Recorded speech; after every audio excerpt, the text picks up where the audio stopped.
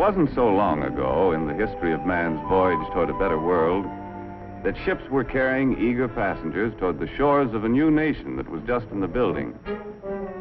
Our forefathers were constructing the foundation of this nation by interlocking inseparably the blocks of our political and economic freedoms.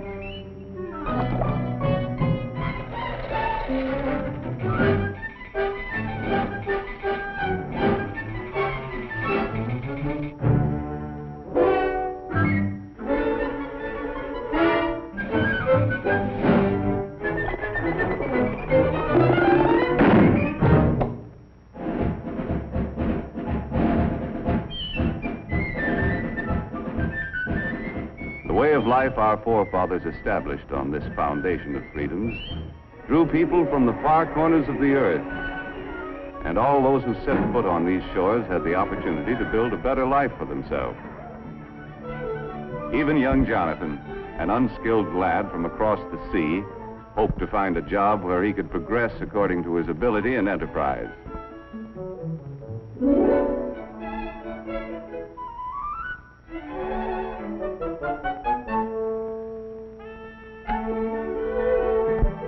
As the years passed, Jonathan's earnings increased. But he still felt that for a man of his skill, it was about time for another raise. Mr. Blessgravy, am I not the best crown rounder and brim trimmer in ye business? Then verily, methinks I am worth more moolah. That you are, Jonathan. I'm sorry, lad. No raise, Mr. Blessgravy? I quit. Sales and profits down. Phooey, I could run ye business better myself. Hey, why not? My own business. All you need's a little capital, a little push, and an idea. Yeah, an idea. Let's see. So I said to him, I wouldn't wear that hat to a dog fight. Why, there isn't a decent hat in the entire village. And such prices. Imagine paying that much for a poke bonnet. Why, it was an awful thing. Why not? Women's hats. My own business.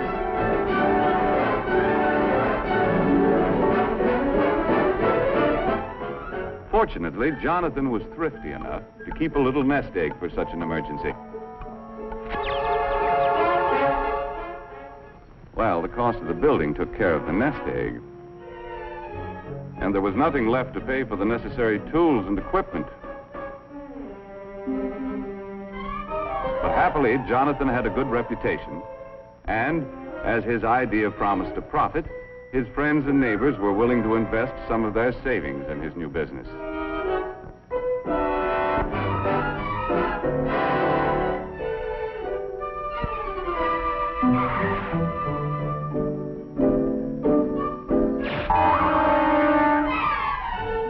In the nick of time, an enterprising chap showed up with the raw materials to make hats. And before long, Jonathan was open for business. First, he had to advertise. Shop at Bonton, it's the spot. 12 new hat styles, that's a lot. Ladies, get that new hat thrill. 30 days to pay your bill. As an expert salesman, Jonathan demonstrated the superior style and quality of his product. He set a price for his creations that the consumer was willing to pay, and sales dollars poured in from satisfied customers. Jonathan had big dreams of the wonderful rewards of being in business for himself. But before he could buy what he wanted, his employees' wages had to be paid. He had to pay taxes.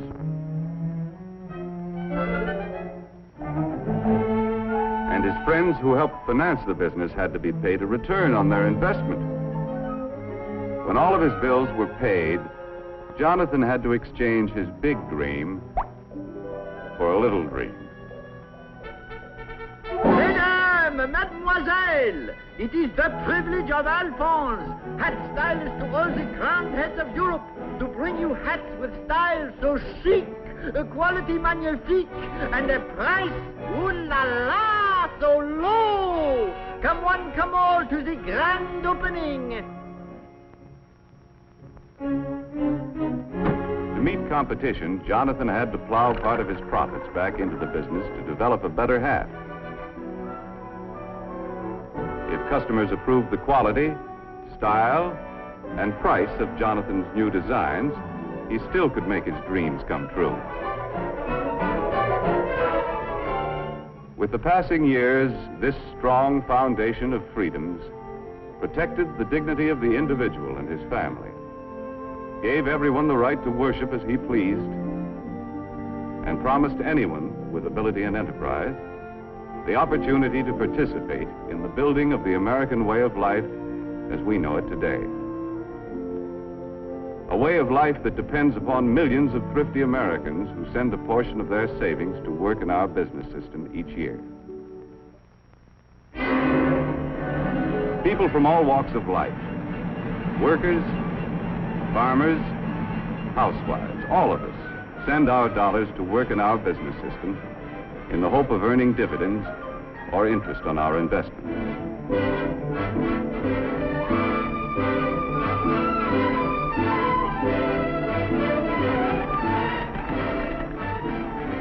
Anyone who has an insurance policy, a bank deposit, or a share of stock is helping to finance our business system. A constant stream of savings dollars must flow into big and small business each year. These dollars help to buy the land, the buildings, the tools and equipment, and create new job opportunities for our expanding population. The goods we produce are distributed to main streets all over the country.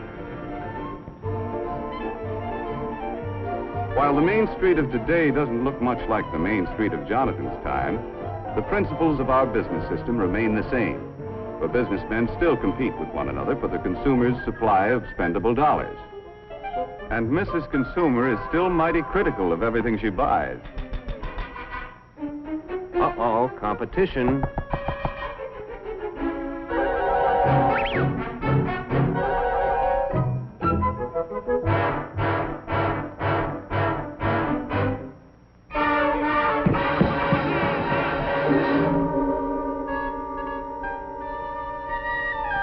The management of every business has a continuing problem to improve their product to stay ahead of competition, or else.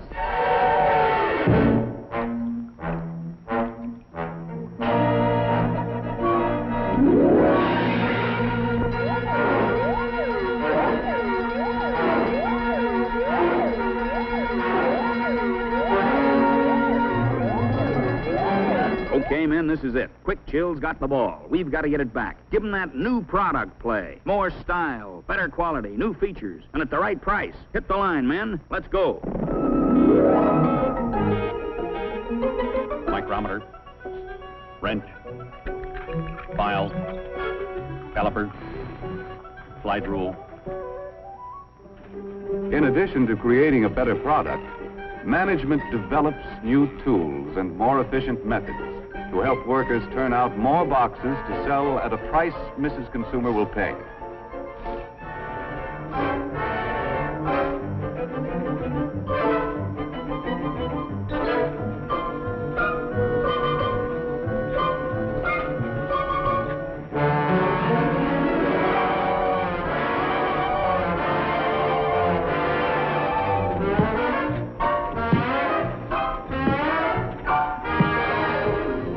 New features about this better product are advertised to point out its competitive advantages.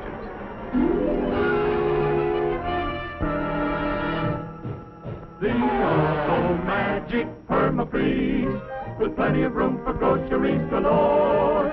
The Auto-Magic Permafreeze, with the super-duper store-o-matic door. Just press the button for your ice, a feature that is new, and extra space all over the place for other items too. In the Auto-Magic Permafreeze, so see your dealer right away. Get a Permafreeze today. Ah, yes, dear lady. Permafreeze is your kind of refrigerator. High quality at a low price. Sales dollars from satisfied customers once again flow back to Permafreeze. A successful business must have enough sales dollars coming in to enable management to pay the expenses of doing business, such as salaries and wages, materials and supplies, research and product development, plant maintenance and repair. In addition to all of these bills, management has to pay taxes to local, state, and federal governments. Any money that's left over is known as profit. Wise management plows part of it back into the business. The remainder of the profit is paid out as dividends.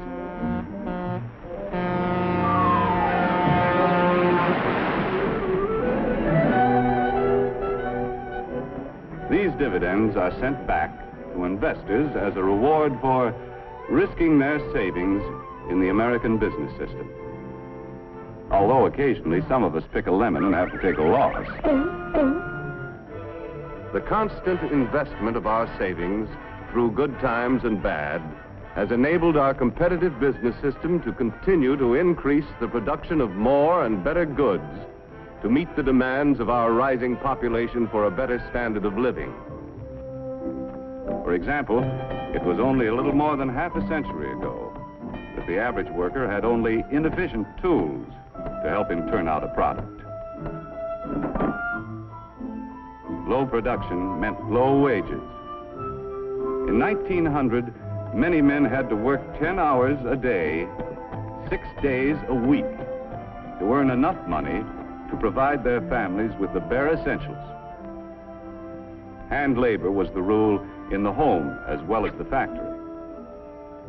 In many families, the youngsters had to work to add their earnings to the family budget and forego the opportunity to get an education.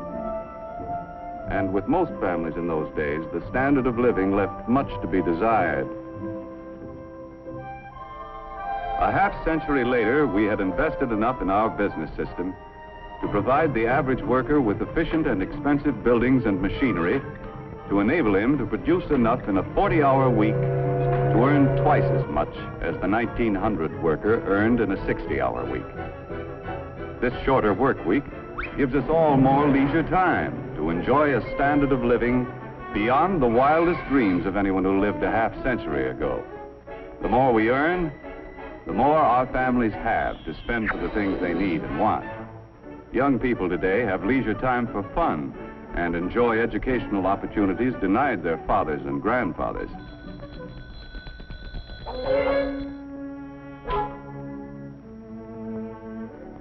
And fortunately, we have been able to raise our standard of living without sacrificing the spiritual side of life, which means so much to the American family.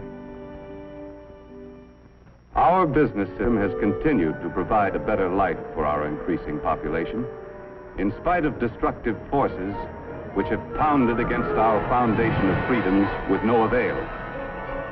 However, wars, or the threat of wars, interrupt the normal operations of our competitive business system.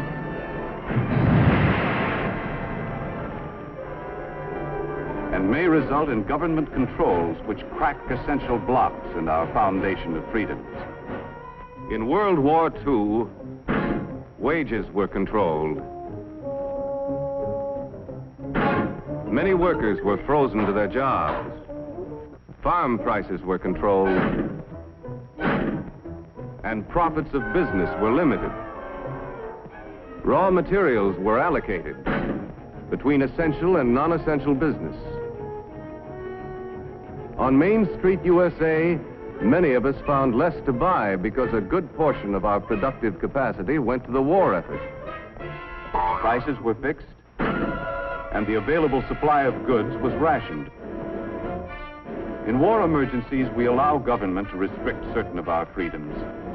But we Americans have learned to remove government controls as quickly as possible and to repair the blocks in the foundation of our freedoms to allow our business system to resume its normal operations.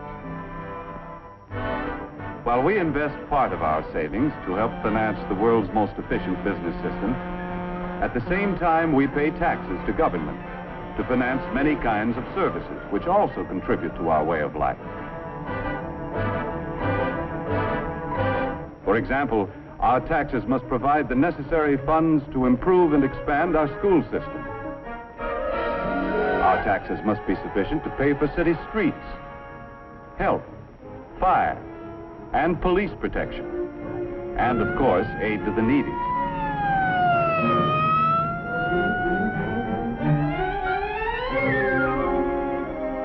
Our state taxes help pay for highways, educational institutions, and, among other things, help to finance important experiments to increase the productivity of our farms. Our federal taxes pay for irrigation and reclamation projects, for national parks, postal services, the Weather Bureau, and many other services. Our taxes have to pay for the enormous cost of past wars and provide the funds for a defense program which will ensure the safety of our country. In addition, all of us should be willing to pay whatever taxes are necessary to enable efficient government to improve or expand any essential service. But with our present tax load, we should avoid pressuring government for any new services that aren't absolutely necessary. Because we all know the more our government provides, the more taxes it's forced to collect.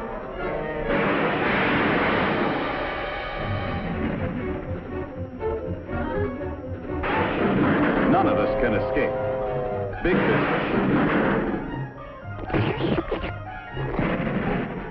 small business,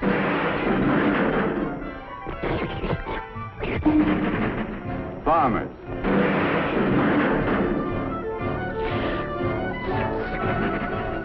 workers,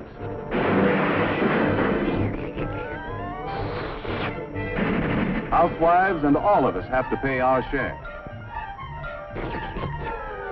Demanding more and more from government could create a tax burden heavy enough to crack essential blocks in the foundation of our business system.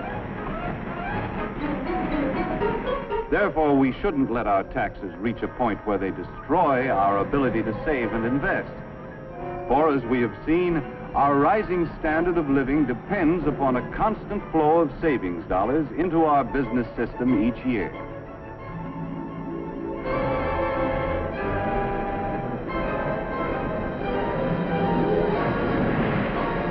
In the future of our country, waves of destructive forces will continue to batter against our foundation. When any force weakens the interlocked blocks of our political and economic freedoms, as good citizens, we must be quick to use the tools our Constitution gives us and repair any cracks that may appear. As long as we keep the foundation of our business system strong, we shall be able to maintain and improve the way of life our forefathers conceived and established. A way of life which gave everyone who came to this country the chance to progress according to his ability and enterprise. Like the youth of yesterday, the young people of today deserve the same opportunity to earn success and accomplishment. And on this foundation of freedoms, continue to build a better life for themselves and their fellow man in the world of tomorrow.